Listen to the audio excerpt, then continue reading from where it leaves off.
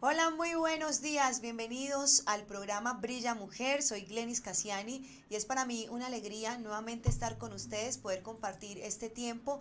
Recuerden que estamos transmitiendo desde H de Latam Co para toda Latinoamérica, para todos ustedes y bueno, les decimos buenos días, buenas tardes, buenas noches, dependiendo el lugar donde ustedes se encuentren. Recuerden que esta transmisión la pueden seguir por nuestro canal www.hdelatam.com. También estamos transmitiendo por YouTube. Ahí nos encuentran como H de Latam Co y el número 2. En Facebook Live también estamos como H de Latam Co. Así que bienvenidos a esta mañana en Brilla Mujer. Hoy, como siempre, con una invitada muy especial, alguien que nos acompaña hoy acá en nuestro programa y está con nosotros. Le damos la bienvenida a la doctora Marleny Arroyave, candidata al Consejo de Bello, esta gran mujer valiente, esforzada. Ella es ingeniera administradora, hizo una maestría en gobierno y políticas públicas y bueno, hoy la tenemos acá para hablar un poco de ella como mujer, como persona, pero también de todo lo que tiene que ver con su campaña política en Bello, candidata al Consejo. Buenos días. Muy buenos días, Glenis, encantada de estar aquí, muchísimas gracias por la invitación. Digamos que estos espacios son nuevos para mí, pero me encanta además toda esta infraestructura, todo esto se ve súper chévere, muchas gracias. Bueno, ahorita te preguntaba qué es eso de ingeniera administradora, explícanos un poquito. Bueno, la verdad eso me lo han preguntado en varias ocasiones. Pues no, yo creo que sí es como una administración de empresas, solo que los ingenieros tenemos pues una base, digamos, desde la matemática muy fuerte. Fueron 3 años, de hecho, de estudiar puras matemáticas, estadísticas y etcétera, que de alguna forma como que fortalece mucho el tema de tomar decisiones, de raciocinio, de enfrentarse a situaciones complejas tal vez, y creo yo que ese es el valor agregado de un ingeniero administrador frente a un administrador de empresas. Yo siempre digo que es como más para gerenciar antes que administrar, pero bueno, espero que no se enojen conmigo los administradores de empresas. Hoy ya estás en pleno proceso de campaña electoral, tan solo ya 18 días Sí, faltan para sí. las elecciones. Antes de hablar un poco en materia ya de política, vamos a hablar un poco de ti. ¿Quién es Marleny Arroyave? ¿Hace cuánto empezaste en todo este campo de la política? ¿Eres madre? ¿Eres esposa? Ajá. ¿Es una mujer profesional? Y que decidiste además trabajar por ese bienestar de las mujeres. Háblanos un poco de ti. Gracias, pues mira, sí, efectivamente, pues digamos que una mujer normal como Sí. cualquiera de este país, que tomé la decisión de vincularme en algún momento a una corporación de mujeres a la que pertenezco y de la que de hecho soy socia fundadora, que se llama Corporación Las Sabinas en Bello. En la Corporación Las Sabinas, digamos que nuestro propósito es original y desde siempre, y ha sido, no lo hemos modificado en todos estos años, ha sido trabajar por el bienestar de las mujeres y mucho de su empoderamiento económico, social y político. Hay una preocupación creciente por el tema de las violencias contra las mujeres, entonces trabajando mucho en ese frente para prevenir, para erradicar las violencias contra las mujeres. Entonces arranqué en ese proceso, digamos, siendo yo digamos, el resultado de ese mismo proceso de la corporación. Y en este trabajo con las mujeres finalmente he aprendido, y es algo que digamos que desde el feminismo siempre se plantea, y es que a las mujeres nos pasan siempre a todas las mismas cosas. Y de alguna manera todas las mujeres transitamos por las violencias, las diferentes violencias de género en una u otra medida, en mayor o en menor proporción, pero todas atravesamos por esas violencias. Así es. Entonces, de alguna forma, este trabajo con las mujeres y desde el feminismo, digamos que me dio una voz y una causa, abanderar una causa, y estaba en estos días, de hecho, en un foro en Bello con las candidatas, algunas de las candidatas al consejo, en un foro planteando los temas específicamente de mujeres. Y digamos que expuse, como siempre lo he dicho y como me han escuchado a lo largo de muchos años decir, digamos que tengo un sentido y una misión de vida que es contribuir dentro de todas mis posibilidades a la mejora de las condiciones de vida de las mujeres. Ese es mi propósito y en eso estoy enmarcada. No, en esta campaña, digamos, uno de los temas centrales que trabajo en la campaña es justamente el tema del empoderamiento económico de las mujeres.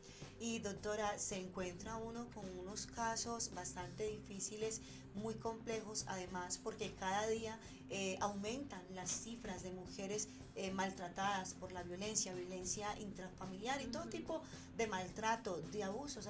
¿Cómo ha impactado esto en tu vida de tal forma que, bueno, ahora decidiste como liderar en ese sentido políticamente, ¿no? Exacto. Y ayudar a las mujeres de una u otra forma? Claro, claro, es que mira, es un asunto de machismo, vivimos en una cultura machista y finalmente somos víctimas mujeres y hombres. El machismo es una cultura, es una forma de ver y de interpretar la vida de hombres y de mujeres.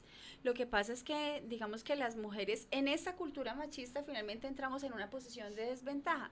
Lamentablemente sí, hay muchas mujeres que están atravesadas por muchísimas violencias y un tema crucial es que esas violencias las hemos naturalizado. Realmente se nos han vuelto, como decimos coloquialmente, paisaje y no nos enteramos que somos incluso víctimas de la violencia en primera persona. Las mujeres a veces identifican la violencia en un tercero o en una tercera, pero no en ella misma. El tema es complejo y es de trabajar, pero el asunto y la clave, digamos, desde el Consejo finalmente es cómo las instancias hacia las cuales deben acudir las mujeres en caso de violencia intrafamiliar, por ejemplo, realmente se activan y dan respuesta efectiva a ese tipo de violencias. Entonces, esa es la apuesta. Normalmente, doctora, cuando uno decide como trabajar en pro de algo, normalmente radica a partir de que hemos también sufrido lo mismo. ¿Marlene Arroyave alguna vez sufrió la violencia? Pues mira, como te digo, somos el resultado de la cultura y finalmente la violencia nos atraviesa a todas, porque como te digo, finalmente entramos en relaciones de desventaja. Y claro, digamos que en las relaciones, pues en la familia, por ejemplo, en la familia de base, en la casa con mi mamá y mi papá, era normal y todavía lo sigue siendo. No creas que es un tema que se va agotando con las generaciones anteriores. Realmente son cosas que perpetuamos. Como a las mujeres, por ejemplo, a mí me correspondía lavar y tal cosa, pues cuando mi mamá no podía, entonces yo le servía la comida a mi papá, entonces había que lavar los platos, había que arreglar la casa y yo tengo un solo hermano, no tengo más hermanas, somos solamente él y mi hermano en cambio puede estar en la calle jugando fútbol, jugando con sus amigos montando en bicicleta, por ejemplo. Y son, digamos que escenas típicas casi que en cualquier familia. Casi que la cotidianidad. Es la cotidianidad. Entonces, como te digo, digamos, nos van enmarcando en unos roles que se llaman de género, que dice que a las mujeres nos corresponde entonces el rol de lo doméstico, limpiar, cocinar, lavar y etcétera, y los niños están en la calle jugando y tal cosa. Entonces, eso nos va trazando un rumbo. Y asimismo, claro, al momento entonces, digamos, de conformar una familia, asumimos exactamente esos mismos roles. Y luego al momento de decir entonces, bueno, yo pues quiero ser profesional, yo voy a estudiar, yo tal cosa, implica, por ejemplo, para las mujeres esa doble jornada de antes de salir a estudiar o a trabajar, por ejemplo, tener que dejar todo en la casa lista para salir. Eso nos resta horas de vida y horas de posibilidades de concentrar mucho más en el trabajo, de avanzar mucho más en la vida laboral, profesional, de los emprendimientos. Entonces también implican que a las mujeres nos corresponde también compatibilizar o hacer compatible el tiempo laboral, atendiendo, digamos, Claro. nuestra propia empresa frente a lo doméstico. Entonces es mucho más complejo. Eso también es una violencia contra las mujeres, por ejemplo. La doctora empezó sus estudios, ella terminó su bachillerato y bueno, ya entraste a la universidad. Estando allá nació ese deseo de hacer parte de la Nada, política. nada, ¿Realmente nada. cuándo fue ese momento crítico en el que tú dijiste, bueno, voy a hacer esto? Pues mira, la verdad yo salí del colegio y me tuve que poner a trabajar. Pues digamos que quedé embarazada estando muy joven. Irresponsabilidades de joven. Entonces había que salir a trabajar. No, Entonces, sigue siendo joven. ay, gracias. Entonces había que salir a trabajar y había que asumir la responsabilidad. Entonces la universidad tuve que postergarla un tiempo. Cuando decidí entrar a estudiar, bueno, estuve muy juiciosa trabajando, estuve trabajando en empresa privada durante muchos años, pero realmente, digamos, el punto de quiebre fue cuando aprendí, me di cuenta y conocí lo que te digo, a las mujeres todas nos pasan las mismas cosas. Y de esto me enteré haciendo parte y siendo activista en los procesos con las mujeres. Desde la misma corporación, Las Sabinas, como te digo, de la cual yo soy un resultado tangible, me di cuenta que había que hacer más, porque las mujeres, como te lo digo, realmente hemos naturalizado de tal manera, pues las violencias sí, pero además nuestros roles desde asumir casi que en exclusiva la responsabilidad de lo doméstico, que insisto, y es algo que siempre, y lo digo reiteradamente, sobre todo pues cuando tengo mayoría de público femenino. Entonces yo digo, mira, el día tiene 24 horas para cualquier ser vivo en este planeta. 24 horas. Ahora, ¿cómo distribuimos esas 24 horas del día, hombres y mujeres? Entonces, si te das cuenta, y las estadísticas lo dicen, ¿cierto? Que las mujeres realmente gastamos muchas más horas del día en los cuidados de, pues, en las labores de cuidado, de atención, en los roles eminentemente domésticos del cuidado, de lo reproductivo o del trabajo no remunerado, frente a los hombres que pasan mucho más tiempo de sus horas, muchas más horas en sus roles, digamos, bueno, estudiando, trabajando en el rol de lo laboral, de lo que es remunerado. Entonces, estas horas de más que las mujeres cotidianamente utilizamos en la casa, en las labores domésticas de cualquier familia, de cualquier hogar, nos restan muchas horas. Entonces, por eso para nosotras las mujeres es un poco más difícil pues insertarnos en el mercado laboral, porque además hay una discriminación, porque cuando estamos en edad de quedar embarazadas, entonces ya de entrada hay una prevención del empleador. Por ejemplo, además quienes asistimos a las reuniones de padres de familia, mal llamadas padres de familia, porque el grueso son las mamás, por ejemplo, son las mamás. Cuando el niño o la niña se enferma en las noches, por ejemplo, ¿quién se trasnocha normalmente atendiendo ese niño? Esa niña, es la mamá, por ejemplo. Entonces, mira que hay un montón de situaciones que, como te digo, hemos ido naturalizando, pero que me permitieron, con estos lentes del feminismo, si se quiere, ver y percibir esas realidades que realmente pasan desapercibidas. Entonces, a mí el feminismo me dio una voz, me dio una causa concreta, una misión de vida, para ser más específica. Doctora, ¿qué te dice tu familia de todo este cuento? Mira que justamente el entorno familiar es el primer factor de negociación, si se quiere, de conflicto, ¿cierto? Porque como te digo, finalmente yo fui criada en un hogar pues tradicional, mi mamá, la mujer más maravillosa del mundo, porque tengo la mejor mamá del mundo, mi mamá es la mujer más dulce, más tierna, más cariñosa, más especial, más entregada absolutamente a sus hijos, y mi papá muy bello, muy trabajador, muy juicioso en su rol tradicional, pero mi mamá siempre fue, digamos, ella estuvo trabajando, de hecho cuando se conoció mi mamá era profesora, pero luego en el camino, entonces mi papá le dijo, no, hay que renunciar porque hay que hacerse cargo de los niños, y mi mamá muy juiciosa, pues así lo hizo, entonces estuvo todo el tiempo con nosotros.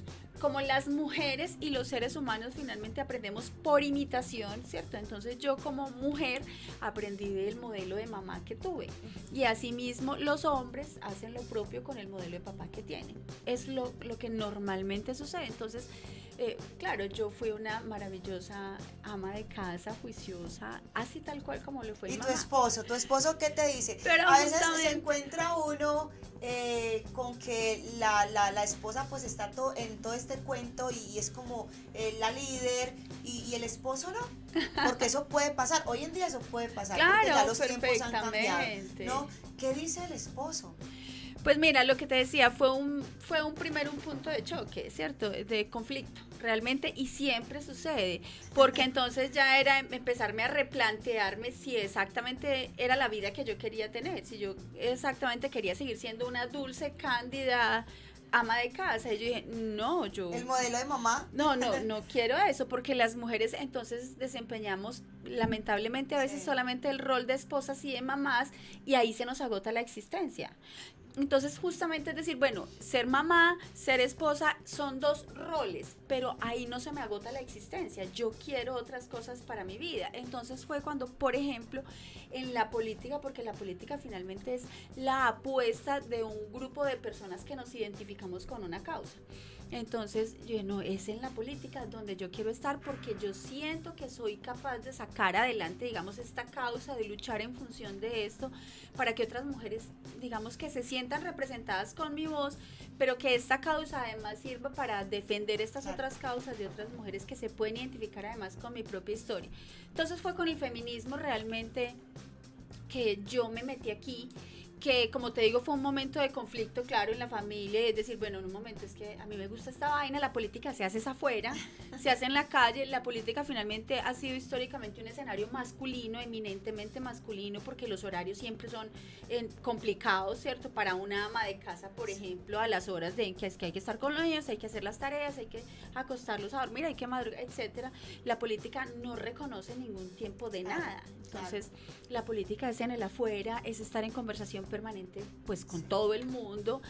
Entonces, eso fue el primer conflicto, pero es mantenerme firme, decir, no, a mí me gusta esto y yo lo siento, pero yo me mantengo firme y es esto exactamente lo que yo quiero hacer. Entonces, claro, evidentemente fue el primer momento de conflicto, pero toca negociar, toca negociar. Yo creo también que pasa con la familia y es que como ese afán o esa necesidad de protegernos, pues a veces también lo hacen por miedo. ¿No Claro, crees? claro, no, es que es absoluto temor, porque mira que las mujeres vamos incursionando en otros espacios que históricamente eran eminentemente de los Sí. hombres.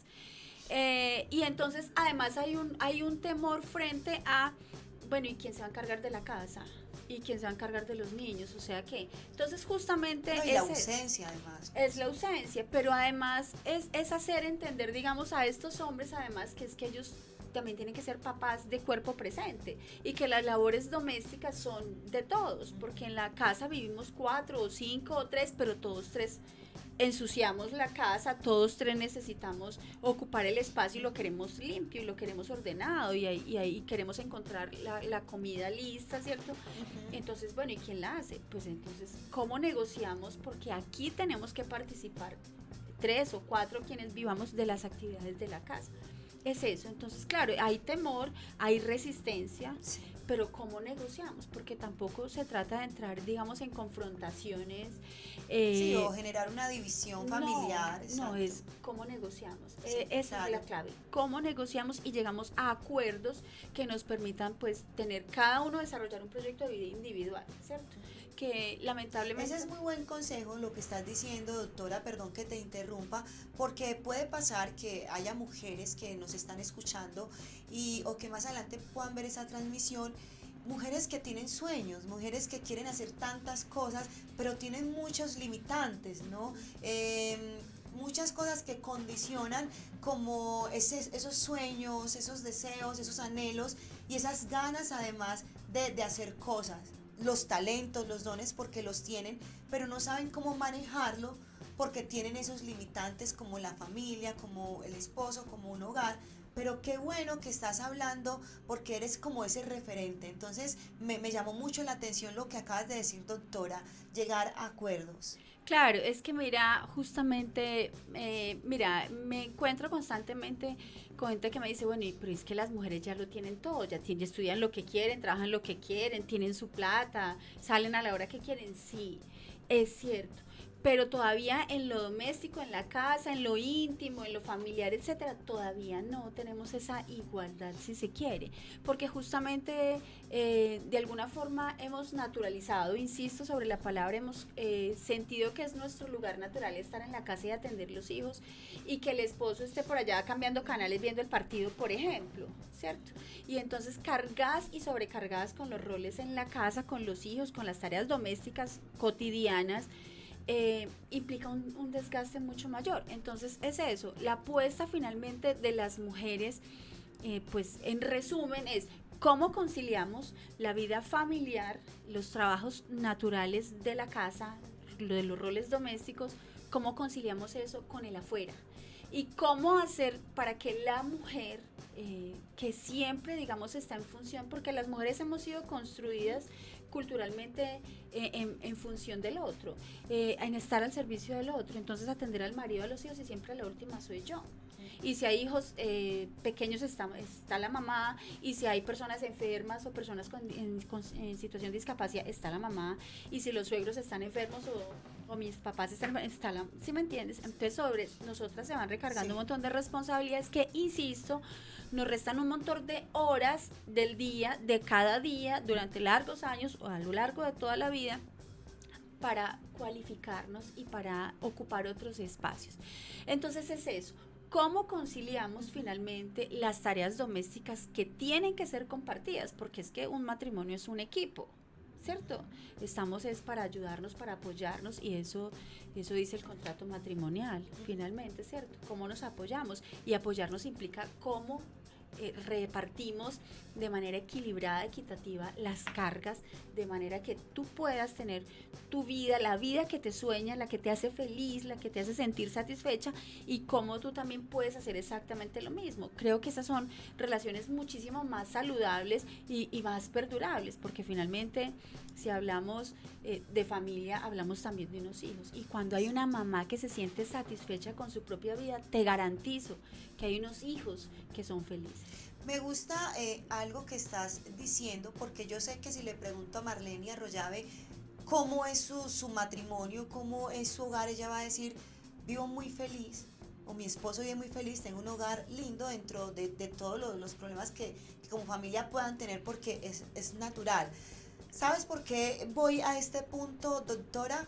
Porque hoy en día se está buscando una línea que las mujeres hagan esto, pero desde la revolución, desde la anarquía, desde la rebeldía. Es decir, yo me voy a rebelar y no me importa mi hogar, no me importa mi esposo, porque es que el feminismo, el empoderamiento, el liderazgo, yo puedo, se acabó la esclavitud. No, se pueden lograr estos sueños, pero de una manera sana, que se pueda conciliar, que se puedan poner de acuerdo, porque finalmente dice la palabra de Dios que una carga entre dos es más ligera. Claro, más ¿no? llevadera. Entonces me gusta que hables un poco de esto, para que invitemos a todas esas mujeres que si hay sueños, que hay anhelos, que hay dones por usar, que hay talentos por usar, no es desde la rebeldía o la anarquía, ¿no? Claro, es que mira, como en todo hay fundamentalismos, y finalmente el feminismo es una apuesta política. Realmente es política, una apuesta política para alcanzar la igualdad. La equidad es una estrategia, pero el propósito final es la igualdad. Ahora, te decía, como en todo hay fundamentalismos, como en el fútbol, hay hinchas furibundos, las barras bravas como la conocemos. En la política y en los partidismos políticos hay, ¿cómo se dice?, copartidarios o partidarios pues políticos así fervientes y violentos, finalmente, y exactamente lo mismo sucede, así como en la religión además también, lo mismo sucede en el feminismo. Hay mujeres que, digamos, lo han llevado más al extremo. Yo sí me considero más... no, tanto al extremo, doctora, que se acaba una familia, claro, se acaba un hogar. Claro. Como te digo, mira, es un tema de conciliar. El asunto es que requiere, digamos, de otras habilidades, no solamente de tener claro cuál es la apuesta, no es solamente tener un discurso, porque esto también es de haber tenido un discurso no porque esté repitiendo las palabras que he escuchado una y otra vez y hasta que me las aprendo y las repito, sino porque ese discurso, esas apuestas, ese fundamento filosófico, si se quiere, digamos que lo he atravesado por mi piel y entiendo exactamente cuál es el sentido. Y el sentido finalmente del feminismo no es una lucha contra los hombres, es que no estamos en confrontación con los hombres. Claro. No se trata de que somos ni mejores ni superiores, ni que los vamos a dejar encerrados en la casa lavando platos, castigados, pues ni más faltaba. Se trata es cómo las mujeres ocupamos un espacio en el que nos sentimos satisfechas, porque se trata es de que las mujeres nos sintamos felices con la persona que somos y que seamos con lo libres. Que seamos libres, y que si es mi decisión casarme y tener hijos y dedicarme a mi hogar y eso me hace feliz, maravilloso. Pero si por el contrario es mi decisión, por ejemplo, casarme, tener hijos, pero también tener un trabajo por fuera, ser activista en alguna cosa que a mí me llena y eso me hace feliz, fantástico. Pero si también es mi decisión, por ejemplo, casarme, estar en pareja y no tener hijos, está muy bien. O por el contrario, quiero quedarme sola, no quiero tener hijos, también. Es simplemente, tienes un montón de opciones, ¿cuál quieres?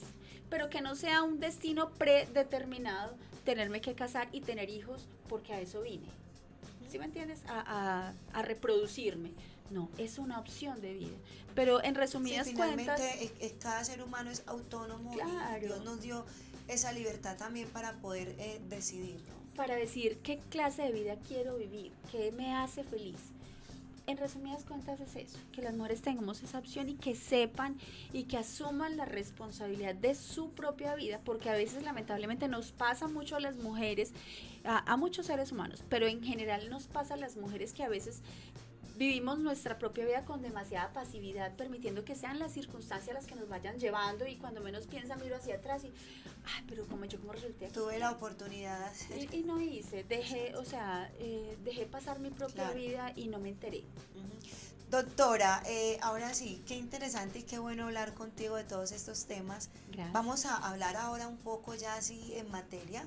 Vamos a hablar de la candidata al Consejo de Bello, que ya están próximas las elecciones. Sí.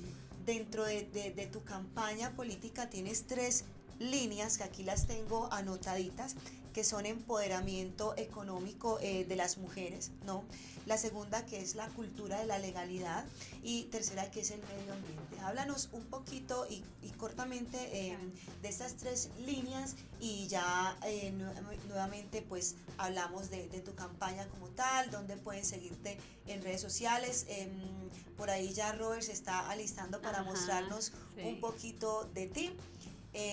Háblanos un poco de estas 3 líneas de tu campaña electoral. Listo, Doctora. entonces mira, obviamente hablando de mujeres, abanderando una causa por las mujeres, por supuesto tenía que tener una apuesta propia por las mujeres dentro del empoderamiento económico. Hablamos de violencias, etcétera, y uno de los factores críticos finalmente de violencia contra las mujeres y de violencia intrafamiliar es la dependencia económica de las mujeres. Es un hecho, digamos, demostrado, las cifras ahí están, ¿cierto? Sí. Aquí Que muchas se quedan por el factor económico. claro, es que mira, las mujeres por los hijos lo soportamos todo. Realmente las mujeres pensando en hijos, teniendo niños pequeños además, entonces a veces aguantan un montón de situaciones complejas. Entonces, claro, ¿cómo hacemos para que una mujer además pueda generar sus propios ingresos? Porque mira, es un hecho también de que cuando una mujer tiene sus propios recursos, también tiene eso le otorga, digamos, cierto valor para entrar a negociar y decir, no, un momento, vení, ¿cómo así que me vas a venir aquí a gritar o a maltratar A pegar, o tal cosa? exactamente. No, vení, es que yo aquí estoy pagando las cuentas, ¿cómo así? Organicémonos. Realmente es así. Entonces, ¿cómo las mujeres además tienen una voz cuando son capaces también de aportar económicamente a la familia? Y entonces eso equilibra un poco o por lo menos matiza un poquito esos factores de violencia. Entonces, ¿cómo hacer para que las mujeres generen ingresos? Y hago una claridad también, yo no estoy ofreciendo trabajo, es distinto. Porque además en temas propiamente de Estado, el Estado no tiene la responsabilidad de, digamos, de otorgar empleos, de generar empleo, ¿cierto? La responsabilidad de la generación del empleo está en el mercado, ¿cierto? Entonces, pero es el Estado el que propicia las condiciones para que lleguen nuevas empresas, para que haya nuevas condiciones o mejores condiciones, digamos, laborales, hombres y mujeres, pero aquí, digamos, hay un esfuerzo y hay un impulso particular hacia las mujeres. Y es para eso necesitamos cualificación, para eso necesitamos que las mujeres además ocupen otros puestos y otras plazas de mercado que no sean las que naturalmente hemos ocupado las mujeres. No porque no sea bueno que estén ahí, no, sino porque tradicionalmente eso se llama la brecha horizontal de género y es que las mujeres en el mercado laboral nos hemos desempeñado en las labores que han sido típicamente femeninas. Entonces somos profesoras, somos enfermeras, somos trabajadoras sociales, somos las mucamas, por ejemplo, en los hoteles, somos las del aseo, ¿sí me entiendes? Y esas son oficios más desvalorados social y económicamente. mientras que los hombres están del otro lado del espectro, y entonces son los ingenieros, son los arquitectos, son los científicos, son los profesores universitarios, etcétera, que social y económicamente son más valorados. Entonces hay una apuesta porque las mujeres se cualifiquen, digamos, del otro lado, que se metan más en temas que impliquen, digamos, desarrollos tecnológicos, que impliquen otros oficios que les puedan generar un mejor ingreso. Eso es lo primero. Lo segundo, cultura de la legalidad. Insisto, en un municipio como Bello, donde lamentable y dolorosamente tenemos un muy deshonroso, de los primeros lugares en el país en niveles de corrupción, nos urge hacer política de otra manera. Es posible, yo le creo profundamente a lo público, sé que es posible hacer la política de otra manera. La política tiene que ser útil para todos, la política tiene que ser un medio para que yo me sienta representado, identificado, y para que sienta que hay alguien que defiende allá mis intereses como ciudadano del común en unas apuestas. Yo tengo estas 3 apuestas que mencionabas al comienzo y que estoy pues mencionando ahorita, pero los otros concejales tienen otras apuestas. Entonces ahora yo como ciudadano del común, ¿con cuál de esas apuestas me identifico? Y entonces a quién yo puedo apoyar que me sienta identificado y representado como una voz allá que defiende mi causa en el consejo. Cultura de la legalidad. Y lo tercero entonces es un tema de medio ambiente, y el tema de medio ambiente en Bello, que creo que hay una política depredatoria con el medio ambiente actual. Crecemos y crecemos en altura, en Bello, por donde uno ve hay construcciones y edificios, y no estoy diciendo que eso esté mal, lo que estoy diciendo es que es complicado cuando eso no está en armonía con el medio ambiente, cuando además no estamos generando equipamiento de ciudad, porque no es suficiente con crecer en edificios, cuando no hay más vías, cuando no hay más cupos escolares, por ejemplo, cuando no hay más hospitales. Claro. El Hospital Rosalpi, por ejemplo, el Hospital de Zamora están cerrados, y entonces me dice, ¿cómo así? Aquí llega más gente, ¿y dónde los atendemos? Por ejemplo, las vías de acceso son las mismas, la movilidad es un caos, la contaminación es una fatalidad, y un largo etcétera. Dentro del tema del medio ambiente hay un tema puntual, y es referente a las huertas comunitarias. Yo vivo en Bello, pues por supuesto, en un barrio que se llama Serramonte, y tenemos el privilegio de que hay muchísima zona verde. Ahí tenemos una huerta comunitaria. Comunitaria finalmente quiere decir que es de los vecinos. Ajá. De los vecinos que quieren participar, porque siempre están abiertas las puertas de la huerta. Entonces te cuento algo maravilloso, y es que en esa huerta, en acasos 40 metros cuadrados, tenemos variedad de lechugas, tenemos tomates, ajo, cilantro, pimentón, tenemos arvejas, habichuelas, zanahorias, yacón, mejor dicho, tenemos rúcula. Para poner una legumbrería. Pues sí, tal cual. Pero mira que además, entonces, una huerta cumple muchísimos propósitos. El primero, por supuesto, el tema del medio ambiente, Gente, claro, nos tocó recuperar el suelo, porque finalmente en las urbanizaciones, las zonas verdes, por debajo son escombros. Ponen una capa de gramita, tal cosa, pero por debajo finalmente son puros escombros. Recuperamos ese suelo, sembramos todo lo que te menciono, pero además es absolutamente orgánico todo lo que sembramos ahí. La huerta tiene una visión agroecológica, no utilizamos ningún tipo de agroinsumos, de químicos, no vamos a mercar triple X, que se respeta el proceso natural. Absolutamente. Y entonces en una huerta confluimos los vecinos, como te digo, nos conocemos, conversamos, nos acercamos, nos apoyamos. Normalmente nosotros con nuestros vecinos entramos y salimos, buenos días, buenas noches, ¿cómo le va? Y escasamente sé cómo se llama. En la huerta nos encontramos y compartimos y hacemos la chocolatada el fin de semana para construir, por ejemplo, la cerca, que ya la construimos, o hacemos un sancocho para todos, porque entonces hay que ir a trabajar en la huerta. De hecho, te cuento que las 2 primeras cosechas de frijol que tuvimos en la huerta, hicimos una frijolada para todos los vecinos. Entonces es muy bonito, porque es además cómo contribuimos al tejido social, a la construcción, al fortalecimiento de tejido social, pero es un asunto de convivencia, porque cuando yo tengo una relación más cercana contigo, que eres mi vecina, entonces yo ya no digamos que ya lo pienso más en la forma en que te voy a hablar y cómo negociamos, porque además es encontrarlos, y bueno, y he contado esta misma experiencia en varios espacios. Hace como 15 días hubo cosecha de habichuelas, por ejemplo. Te digo, unas habichuelas, mira, así del largo de mi brazo, yo no las conocía, por ejemplo. Entonces los puse incluso en el Instagram, habichuelas XL. Salieron como 2 kilos de habichuelas. Wow. Y entonces, bueno, estamos allí, bueno, entonces, ¿cómo nos repartimos estas habichuelas? Entonces, la señora que había llevado las semillas dijo, no, esas habichuelas son mías porque yo llevé las semillas. Ah, pero ¿cómo así? Entonces te va a llevar todas las habichuelas. ¿Y nosotros qué? Entonces, no, entonces hagamos una cosa, pues yo me llevo un poquito más y el resto lo repartimos. Entonces, mira, ¿cómo aprendemos a negociar? Claro.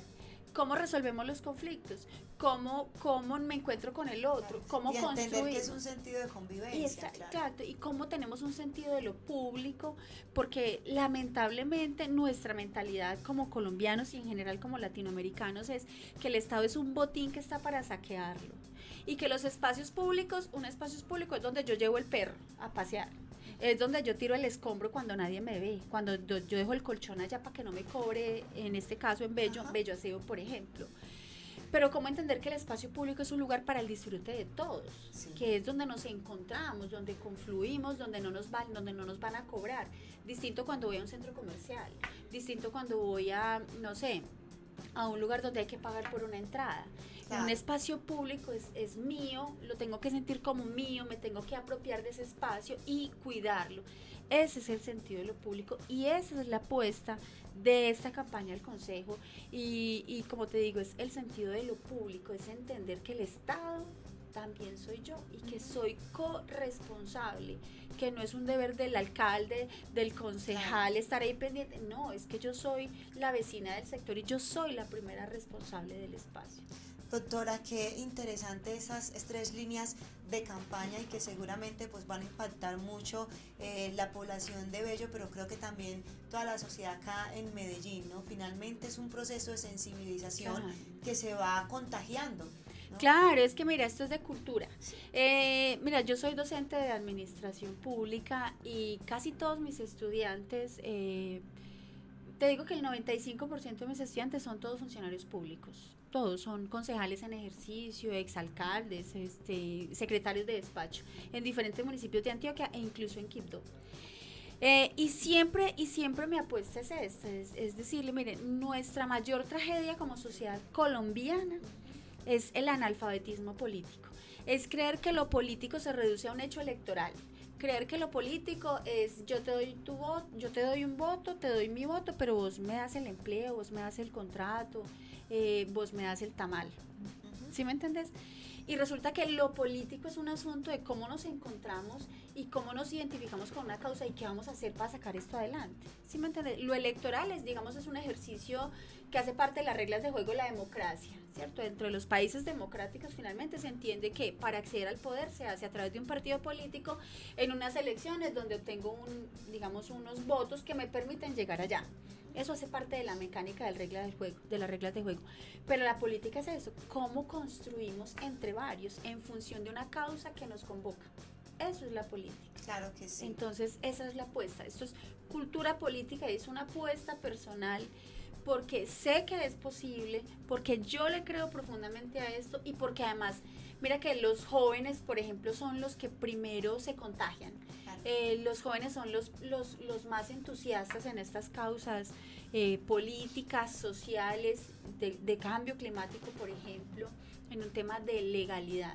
Entonces, claro, hay una preocupación por los jóvenes, por el mundo que les estamos dejando. Exacto. Y cómo mantenemos. Y ahora con todo esto que ha pasado del calentamiento global y la situación hace poco que tuvimos en la selva amazónica, claro, ha sensibilizado a mucha gente. Claro, y es que además, mira, es un tema, y también lo digo siempre, es que aquí el cambio climático no lo va a resolver ni Donald Trump, ni Jair Bolsonaro, ni por allá Vladimir Putin, ¿sí me entiendes? No, es el cambio climático lo resolvemos desde nuestra cotidianidad.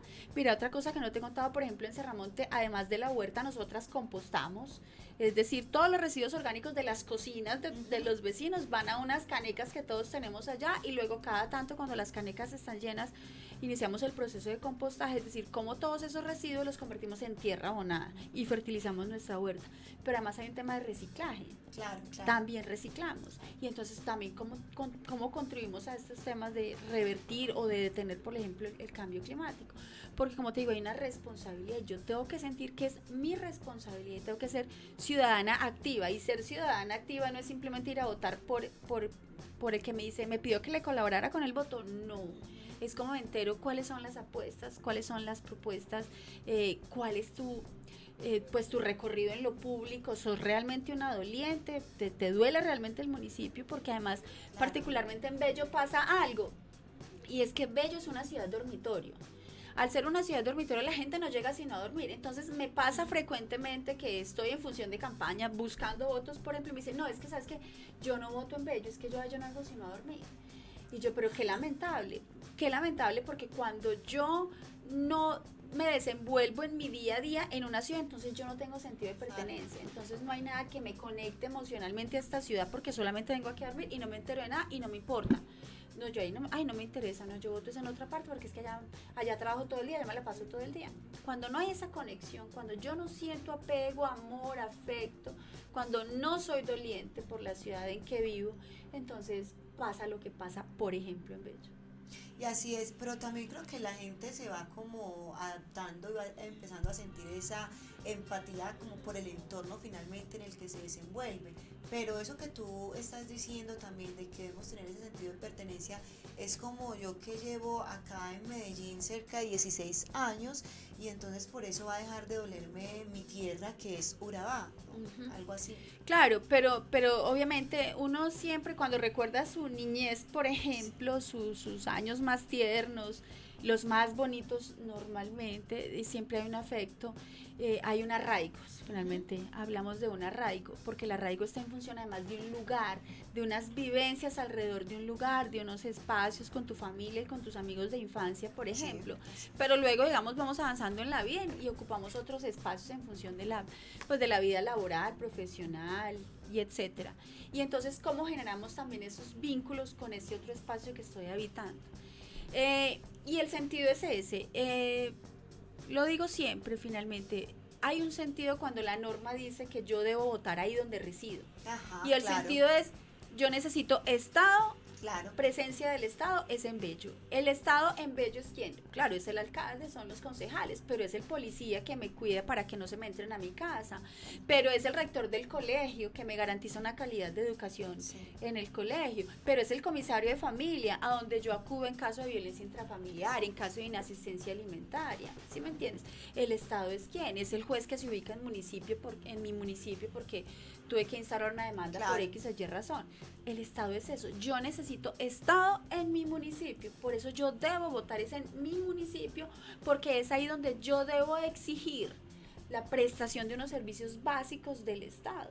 ¿Sí me entiendes? Así es, doctora. Entonces ese es el propósito y esa es la apuesta, como te digo, es un asunto de cultura ciudadana pues en varios frentes, pero es una apuesta por eso. Ahora sí, doctora, ¿dónde te pueden conseguir las personas, tus redes sociales? Y ya finalmente invita a ser parte de esta campaña. Gracias. Mira, claro, estoy en Instagram, no me acuerdo. @Marlene Arroyave, concejal 2019. Yo me la aprendí. Ya están ahí anotaditas. Digamos, exacto, por ahí en el volantico que están pasando, mil gracias. Entonces, Marlene Arroyave, concejala 13 en Facebook, en Instagram, marlene.arroyave28 y @1928 en Twitter. Estoy por ahí. En todas las redes sociales. Sí, permanentemente, obviamente, estoy montando la información, estoy contando qué hago, en qué espacios estoy y estoy hablando siempre de propuestas porque la ventaja de hacer campaña con propuestas y no con maquinaria, ¿cierto? Es que implica un ejercicio de seducción en el sentido de que hay unas propuestas, cómo te conquisto, cómo te sumas a esta apuesta en la que yo creo fervientemente y la que creo que le conviene a mi municipio. Doctora, qué alegría que estás acá y para finalizar, porque ya vamos a ir cerrando nuestra emisión. Ahora sí, ¿quién es Marlene Arroyave?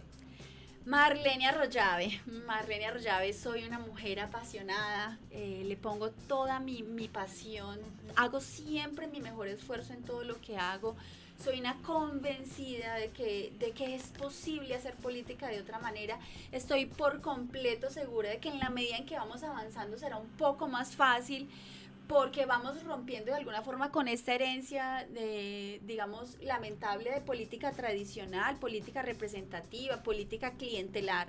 Yo creo que es posible, yo creo que los jóvenes lo van teniendo claro, yo creo que se van sumando en este propósito, y además estoy en el proceso porque hoy estoy haciendo campaña al consejo, pero siempre lo he dicho y me han escuchado otras tantas veces y hoy lo diría aquí, en 8 años seré alcaldesa. Esa es Y la así apuesta. será, y así Esa es la será, apuesta. doctora. Y desde las Gracias. instalaciones de H de Latam, desde el programa Brilla Mujer, pues te deseamos todas las bendiciones, ¿no? Amén. Y que todas esas puertas pues se vayan abriendo y puedas entrar por ellas y establecerte. Y sin duda toda tu propuesta, todas esas líneas van a generar un impacto social aquí en Colombia. Amén. Wow, gracias, gracias. A ustedes, gracias por compartir este tiempo con nosotros aquí en Brilla Mujer. Recuerden que estuvimos transmitiendo desde YouTube, ahí estamos como H de Latam Co y el número 2, también por Facebook Live, por supuesto por nuestra página www.hdelatam.com. Soy Glenis Cassiani y hasta una próxima emisión. Dios los bendiga, chao. Gracias, chao.